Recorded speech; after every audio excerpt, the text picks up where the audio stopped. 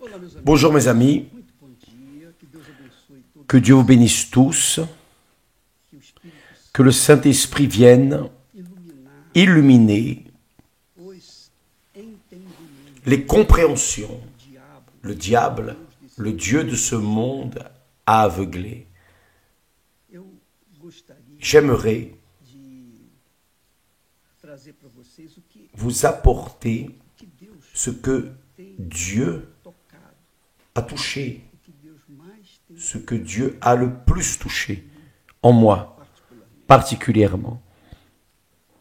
Sabe Vous savez qual é a maior vous savez quelle est la angústia plus grande que a angoisse gente carrega? que nous portons?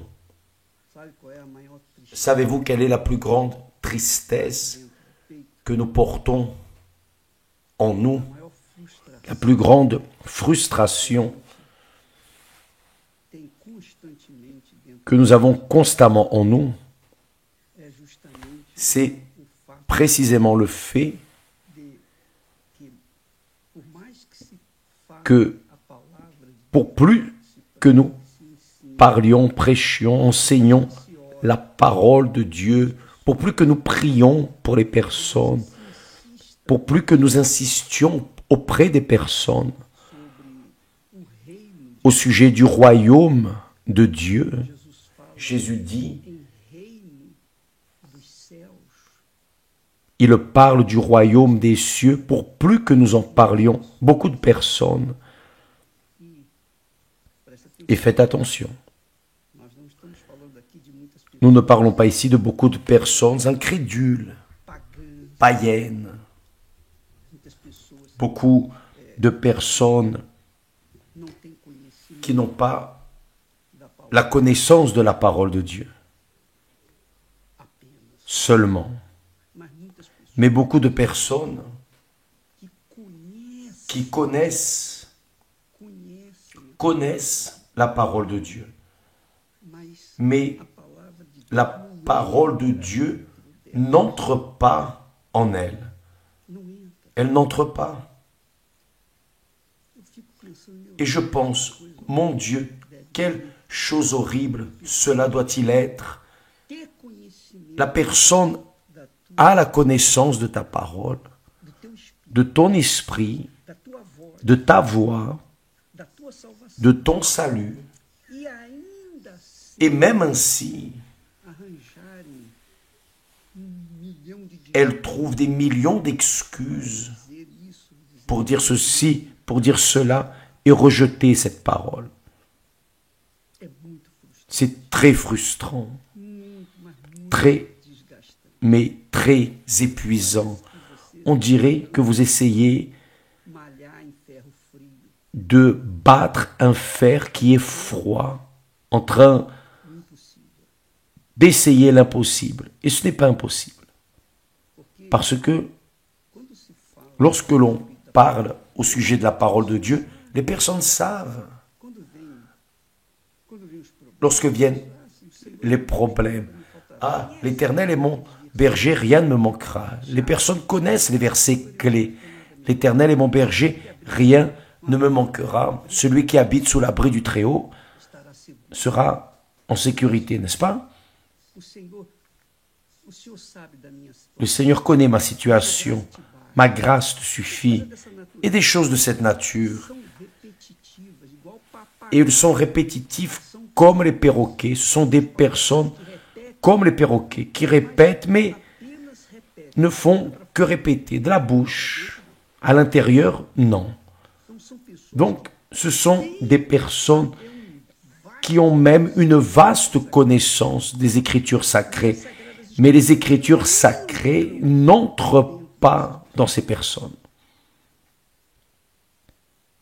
por isso, C'est pour cela que Jésus a dit, quando ele disse assim, nem quand il a dit, tous ceux qui me disent Seigneur, Seigneur, n'entreront pas tous dans le royaume des cieux. isso é muito forte, Cela est très fort, é muito, c'est très fort, mas muito forte, mais très fort, muito triste, très triste, muito triste, très é triste. aterrorizador, C'est terrorisant porque parce que mais se tem Deus c'est ce qu'il y a le plus dans les églises, parmi les pasteurs, les évêques, des ouvriers, des ouvrières, des êtres chers. Beaucoup de personnes, mais vraiment beaucoup de personnes qui connaissent la parole de Dieu. Mais la parole de Dieu n'entre pas en eux. C'est ce que Jésus a dit aux Juifs. Jésus a dit cela aux Juifs. Jésus a dit aux Juifs, je sais que vous êtes de la postérité d'Abraham. Vous êtes de la postérité d'Abraham. Mais vous ne faites pas ce qu'Abraham a fait. Donc, vous n'êtes pas enfant d'Abraham. Ma parole n'entre pas en vous. Ma parole n'entre pas. Et c'est ce qui arrive d'une manière générale dans le monde entier. Et cela est visible parce que dans ces voyages missionnaires, j'ai observé le visage, la face des personnes. Il y a des églises que j'ai visitées il y a 2 ans, 3 ans, il y a 5 ans, et les mêmes personnes, pas toutes naturellement, bien sûr, mais une grande partie, les mêmes physionomies, déchues, tristes, les mêmes personnes. Et nous avons ce discernement de savoir qu'elles ne vont pas bien parce que lorsque la personne va bien, elle est source. Quand la personne est bien avec Dieu, ce n'est pas avec la vie, non. Ce ne sont pas les conquêtes matérielles. Tout cela ne vaut rien. Tout ce qui se conquiert dans ce monde reste là. Mais ce qui se conquiert de l'éternité pour le ciel, cela se préserve pour toute l'éternité. Et c'est cela que les personnes, parfois ce sont des personnes intelligentes, des personnes capables, des personnes avec des études académiques, des personnes qui ont une instruction exemplaire. Mais les pauvres, la parole de Dieu n'entre pas en elles. Et pourquoi n'entre-t-elle pas évêque? Parce qu'elles ne veulent pas renoncer à leur connaissance, à ce qu'elles pensent. Elles ne veulent pas renoncer à elles-mêmes. C'est comme une personne qui a dit évêque. Que dois-je faire pour recevoir le Saint-Esprit? Pour recevoir le Saint-Esprit, vous devez tout livrer, c'est votre vie entière. Vous ne pouvez pas vouloir le royaume des cieux et livrer le petit règne, un petit règne, petit de votre vie. C'est tout, toute votre vie. C'est tout contre tout, ou c'est ou ce n'est pas, ou ça passe ou ça casse. Nous ne sommes pas là, Jésus, ce n'est pas moi. Jésus ne parle pas ici d'une petite vie pour quelques années, pour 50, 70, 90, 100, 120 ans, non. Il parle d'une vie éternelle. Ceux qui me disent « Seigneur, Seigneur » n'entreront pas tous dans le royaume des cieux. Il a dit aux Juifs, « Je sais que vous êtes de la postérité d'Abraham, mais vous n'êtes pas fils d'Abraham. C'est pour cela que ma parole n'entre pas en vous. Je sais que vous êtes de l'Église, que vous vous dites chrétien, que vous avez déjà été baptisé d'eau. Comme par exemple, moi aussi, au début de mon parcours, j'ai été baptisé plusieurs fois, jusqu'au jour où j'ai vraiment été baptisé. Donc, vous avez été baptisé, etc. Mais vous continuez à vivre dans le péché. Vous continuez à servir le péché. Tant que la personne vit dans le péché, elle sera en train d'être servante du péché, prisonnière au péché, prisonnière de l'enfer, prisonnière au martyre, à la souffrance éternelle. cela est écrit. Il n'y a rien d'autre à faire. Elle ne sera sauvée, elle ne sera délivrée du péché que lorsqu'elle se livrera de tout son cœur, avec toutes ses forces, de toute son âme, tout, donner priorité d'abord au royaume de Dieu. Jésus a dit, cherchez d'abord le royaume des cieux et sa justice, et les autres choses vous seront données par-dessus. Mais les personnes ne veulent pas cela. Les personnes veulent d'abord les autres choses, d'abord les bénédictions, pour ensuite penser si elles livrent ou non leur vie à Jésus. Sauf que parfois, elles conquièrent monts et fonds et elles cessent de servir. Elles cessent de servir le monde pour se servir elles-mêmes. Elles deviennent servantes d'elles-mêmes. C'est cette personne qui dit, ah, je ne suis pas né pour être la queue. Je ne suis pas né pour être queue. Je suis né pour être tête. D'accord. Donc cette personne devient la tête, propriétaire de son affaire, chef, patron, patronne. Sauf que elle cesse d'être servante des autres pour devenir servante de mammon, de ses richesses, de ses conquêtes. Elle continue à être servante. Pour plus qu'elle ait d'argent, elle continue à être servante. Plus d'argent elle gagnera, plus elle sera servante. Parce qu'elle aura plus de préoccupations en relation à ce qui la domine, ses richesses. Mes amis, mais les personnes ne comprennent pas cela. Plus riche la personne est, plus elle devient dépendante de sa richesse, plus elle reste à se préoccuper de ses richesses. Et c'est exactement ce que Jésus est venu dire. Il a dit, personne ne peut servir de maître. Ou il plaira à l'un et déplaira à l'autre, ou vice-versa. Personne ne peut servir Dieu et Mammon. Servir Mammon, nous le savons déjà. Servir Mammon veut dire servir soi-même, servir la richesse, servir les choses de ce monde, servir le monde, se servir soi-même. Elle est son propre maître. Sauf que, étant son propre maître, elle servira naturellement Mammon qui est en elle, le péché. Et quiconque sert le péché est esclave du péché. Esclave du péché. Et c'est la raison pour laquelle beaucoup ne reçoivent pas le Saint-Esprit. C'est parce qu'elles ne veulent pas abandonner leur maître qui est le péché. Elles veulent le Saint-Esprit, mais elles veulent continuer avec leurs amants. Elles veulent le Saint-Esprit, mais elles veulent continuer à forniquer. Et forniquer veut dire avoir des relations sexuelles en dehors du mariage. Hommes et femmes, elles veulent le royaume des cieux, mais elles veulent aussi le royaume de la terre. Elles veulent entrer au ciel, mais elles ne veulent pas renoncer à leur égoïsme, leurs pensées, leurs ressentiments, leur rancune, rancœur. C'est la réalité. Elles ne veulent pas renoncer au pardon. Elles ne veulent pas pardonner. Jésus a dit, tous ceux qui me disent Seigneur, Seigneur, n'entreront pas tous dans le royaume des cieux.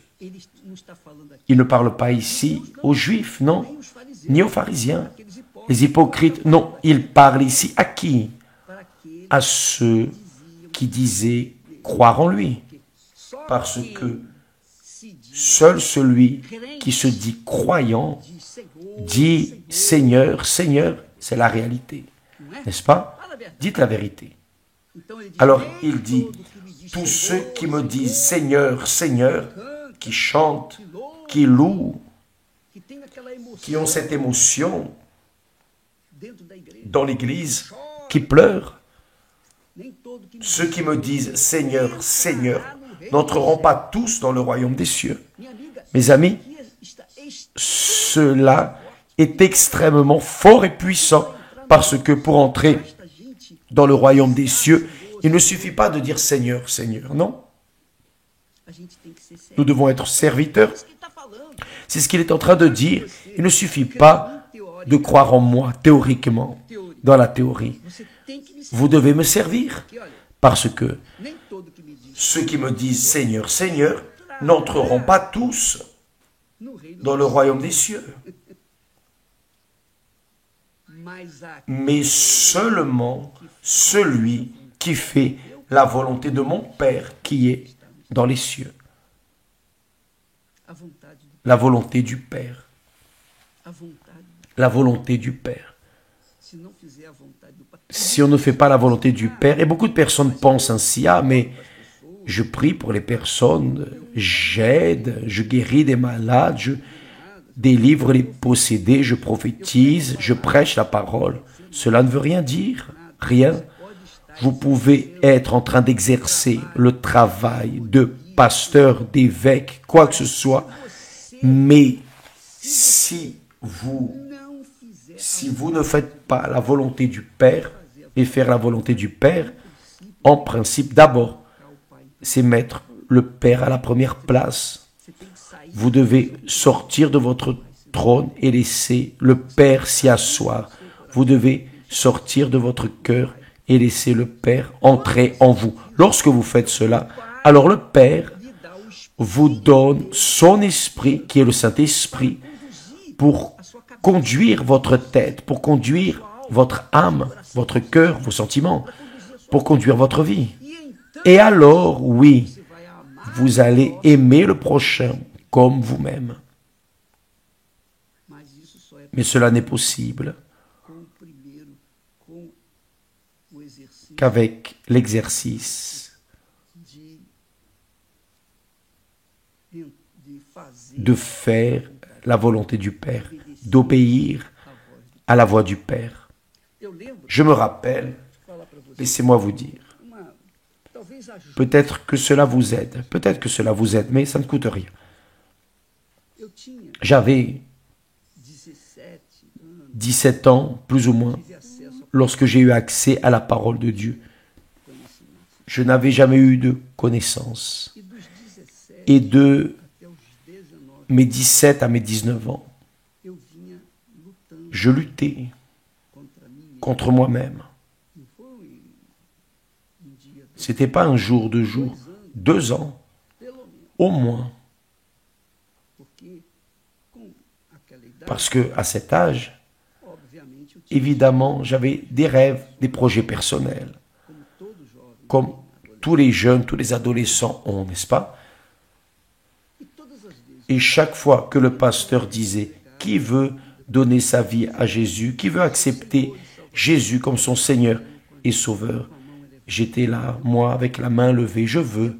Donc, dans l'église, je voulais. Mais en dehors de l'église, non. En dehors de l'église, je voulais vivre ma vie.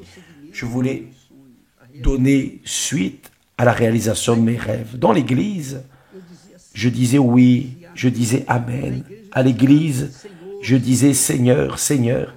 Mais là dehors, je laissais le Seigneur de côté et je suivais ma volonté,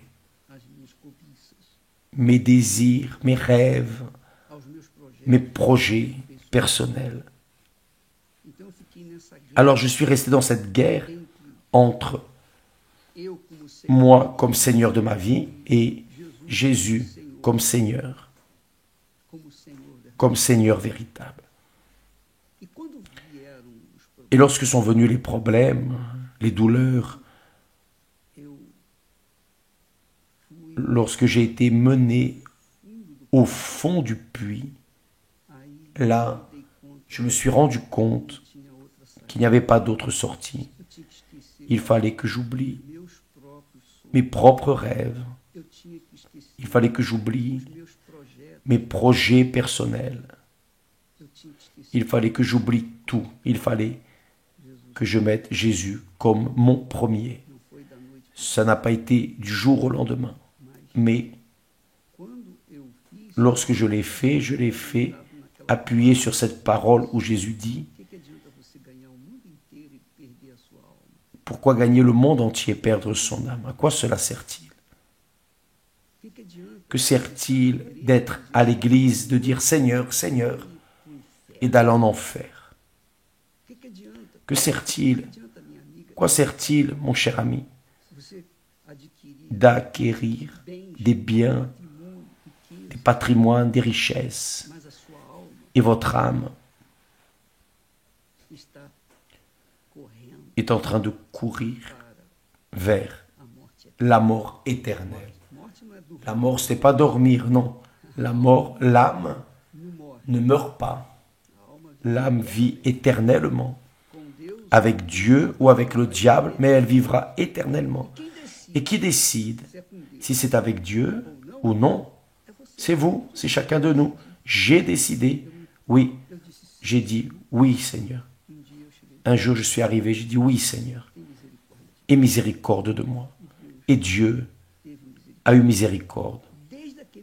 Depuis ce jour, à ce moment, lorsque j'ai connu, lorsque j'ai reconnu, lorsque je l'ai reconnu comme mon Seigneur véritablement, parce qu'il m'a retiré du fond du puits, il m'a fait voir l'enfer qui m'attendait. Depuis ce jour, j'ai dit, Seigneur, je ne veux plus vivre. Maintenant, ce n'est plus une question de réalisation. Je veux mourir, littéralement. Je veux mourir. Je ne veux plus vivre.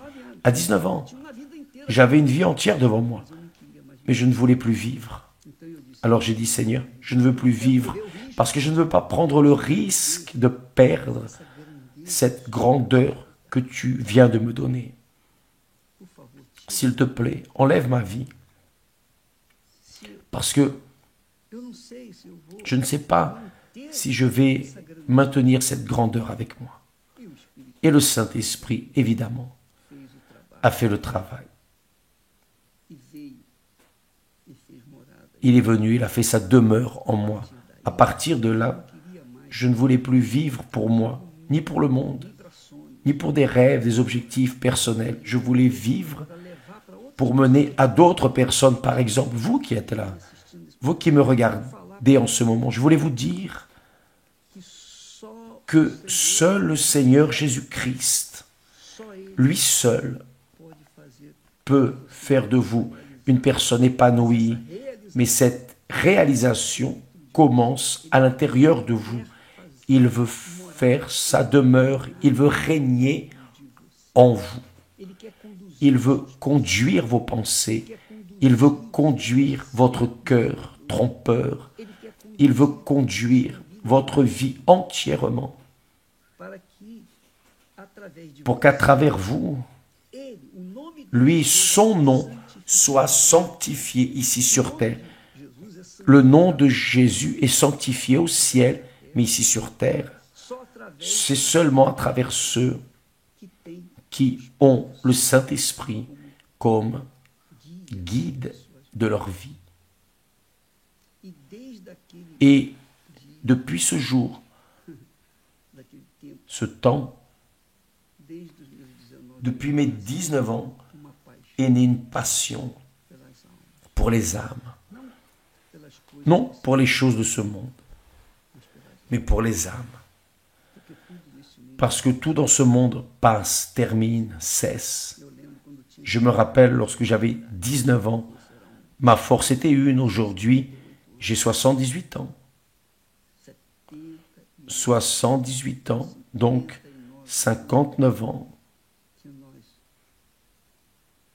que nous vivons pour servir le Seigneur. Donc, mes amis, je parle du fond de mon âme. Il ne suffit pas de dire « Seigneur, Seigneur ». Il ne suffit pas de donner la dîme fidèlement, de donner les offrandes. Non, ne pensez pas que les offrandes vont garantir notre salut. Ce qui garantit notre salut, c'est notre abandon, la rémission, notre dévouement pour que le Saint-Esprit vienne faire sa demeure en nous. Donc il n'y a pas d'excuse. Ah, mon mari fait ceci, fait cela, mon épouse, je ne sais pas quoi, mes enfants, mes parents. N'ayez pas d'excuse. Il n'y a pas d'excuse. Le salut est personnel, individuel. Chacun doit décider pour soi-même. Je ne peux pas décider pour mes enfants, ni eux pour moi, ni pour Esther, ni Esther pour moi. Chacun doit décider pour soi-même. C'est votre âme. Comprenez-vous ce que je dis? Jésus a dit, ceux qui me disent Seigneur, Seigneur, n'entreront pas tous dans le royaume des cieux, mais seulement celui qui fait la volonté de mon Père. Et la première volonté du Père est qu'il soit le premier dans votre vie. S'il n'est pas le premier, il ne sera pas le deuxième, il ne fera pas partie de votre vie. Et Jésus conclut en disant, plusieurs me diront ce jour-là, Seigneur, Seigneur, n'avons-nous pas prophétisé par ton nom, fait l'œuvre, manifesté les dons? N'avons-nous pas chassé des démons par ton nom? Et n'avons-nous pas fait beaucoup de miracles par ton nom? C'est-à-dire les dons, guérir, délivrer, faire des merveilles. Alors je leur dirai ouvertement, je ne vous ai jamais connu. Je ne vous ai jamais connu. Vous avez utilisé mon nom, vous avez utilisé ma parole, vous avez utilisé l'autorité de mon nom, du pouvoir de ma parole. Mais vous ne m'avez jamais servi. Jamais. Mes amis, nous avons les dons du Saint-Esprit et nous avons le fruit du Saint-Esprit. Les dons, il y en a 9. Les fruits, disons ainsi, il y en a 9 aussi. Mais les fruits ne disent pas que ce sont des fruits, mais il est dit le fruit, un seul, le caractère. Votre pensée devient la pensée de Dieu. Et lorsque vous avez la pensée du Seigneur Jésus-Christ, vous faites sa volonté. Vous savez ce que vous devez faire et vous le faites. Vous avez le courage de le faire. Vous êtes audacieux pour le faire. Parce que vous avez la pensée, la direction du Saint-Esprit. Et si vous n'avez pas, vous n'avez pas, vous devez chercher. Et si vous ne livrez pas votre vie à 100%, vos péchés, vos erreurs, vos injustices, ce que vous pensez, c'est tout. C'est tout. Si vous ne livrez pas tout, vous n'aurez rien de Dieu. Rien. Vous pouvez avoir le monde, mais pas Dieu. C'est ce que Jésus dit. Ceux qui me disent Seigneur, Seigneur, n'entreront pas tous dans le royaume des cieux, mais seulement celui qui fait la volonté de mon Père, qui est dans les cieux. Avez-vous compris? Donc, ici, Jésus ne parle pas de dîmes, d'offrandes, non. Il parle de votre vie entière, parce que tout l'argent, tout ce que vous mettez sur l'autel, qui n'est pas votre vie entière, ne servira à rien. C'est pour cela que nous avons l'habitude de dire aux personnes de venir vers l'autel et de mettre toute leur vie, tout ce qu'elles sont, tout ce qu'elles prétendent être, tout ce qu'elles ont, tout ce qu'elles prétendent avoir. Jésus a dit, celui qui laissera père, mère, mari, épouse, etc., à cause de moi, recevra au centuple ici ce qu'il aura laissé sur l'autel. 100 fois plus de maisons, famille au centuple, père, mère au centuple, enfant au centuple, non femme, non épouse, ni époux, mais tout, au centuple, grâce à Dieu. Je ne sais pas si je me suis fait comprendre, mais certainement que le Saint-Esprit doit être, à partir de cet instant, vous déranger. Si vous avez été une personne choisie par lui, vous pouvez être sûr et avoir la certitude qu'il ne vous laissera pas vous reposer, il ne vous laissera pas avoir la paix au nom du Seigneur Jésus. Il ne vous laissera pas avoir la paix jusqu'à ce que vous disiez, Seigneur, aie miséricorde de moi, voici ma vie, Maintenant, ce n'est plus ma fille, mon fils, mon père, ma mère, mon épouse, mon mari. Non, c'est moi. Je me livre, je me rends. Là, oui, lorsque vous donnez tout de vous, tout votre intérieur, vous allez recevoir tout ce que le Saint-Esprit est en vous. Que Dieu vous bénisse au nom du Seigneur Jésus. Amen.